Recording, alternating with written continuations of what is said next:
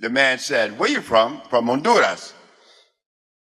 He said, "You kind of full of shit." That's what he said in Spanish.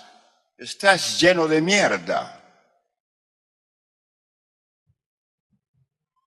I said, "Sir, what do you mean by that?" He said, "Look, cut your stomach. I had a belly ought to have 42. But I couldn't see it. Because when the stomach begins to rise, you never notice it. It comes very subtle.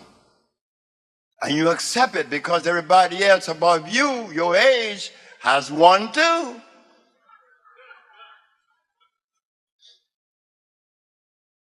He said, "You are full of shit." So you've been eating it. What do you eat? I eat eggs, chicken, hogs, cows, lamb, everything, because this is what I have been trained to eat. You say, "Well, it's been hurting you. I'm impotent." At 30, I'm impotent. The last woman that I tried to make love with was Audrey. "What's wrong with you?" I said, "I don't know." The doctors, the urologist in California, he was playing his games.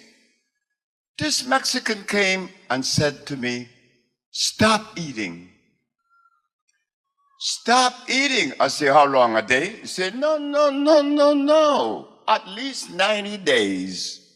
I said, "You out of your mind." He said, "I may be out of my mind, but I'm 94.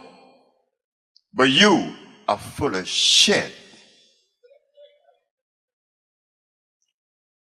He gave me these herbs. I went home. I took them as prescribed. I had problems. I had problems on the fourth day. I didn't eat anything. Herbs, water, and juice. Herb, water, and juice.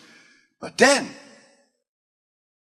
on about the seventh day, I began to feel like, wow, God, I will never eat again. Because, see, my nerves were very bad, and I felt very calm. I abstained from eating for 94 days. At the ending of 94 days, everything that I had before was gone, from diabetes, the impotence, and I was going blind. I had these glasses. You see, the man told me, "You, like the rest of them, is violating God Almighty, and you don't even know it. Everything you put in your mouth, God did not make." I said, "What do you mean? God didn't make a cow?" He said, "Well, you better do some research." And when I began to do the research, based on this Mexican, Alfredo Cortez in Cuernavaca, Morelos, Mexico, he said, "Just take your eyes and look around. Do you see any cows in the forest?" No. You see buffaloes. Cows is only in somebody's pasture. Hogs in somebody's pasture. Dogs in somebody's house. God did not make a dog either. Chicken? You say not? Well, at the ending of 90 days, here I am. 48 years ago. I was 30, I'm 78 now. You see the difference? So I'm still obedient to that same mandate. So now, the herbs are for the healing of the nation. Why?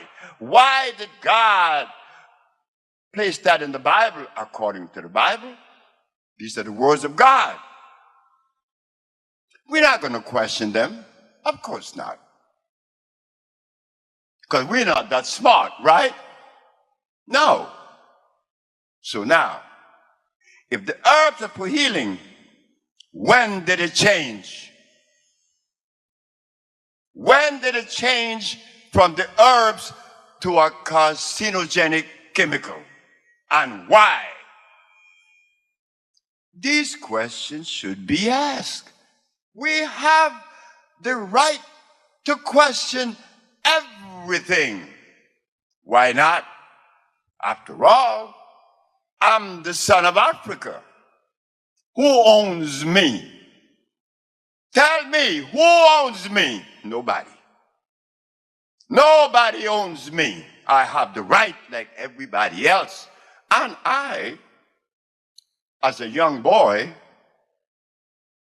I never saw a king or a queen that was superior to me. No, how could that be? When I'm the only person on the planet, unique, unlike everybody else. So I'm not better than anyone, nor worse than anyone. I hold a unique position. So I ask the question, when did it change? Because if it's in the Bible, not only in Genesis, Ezekiel and Revelation. And what about Jesus? Why is the daughter of Jerusalem sick? Is there no balm in Gilead? Even Jesus knew about herbs. So when did it change?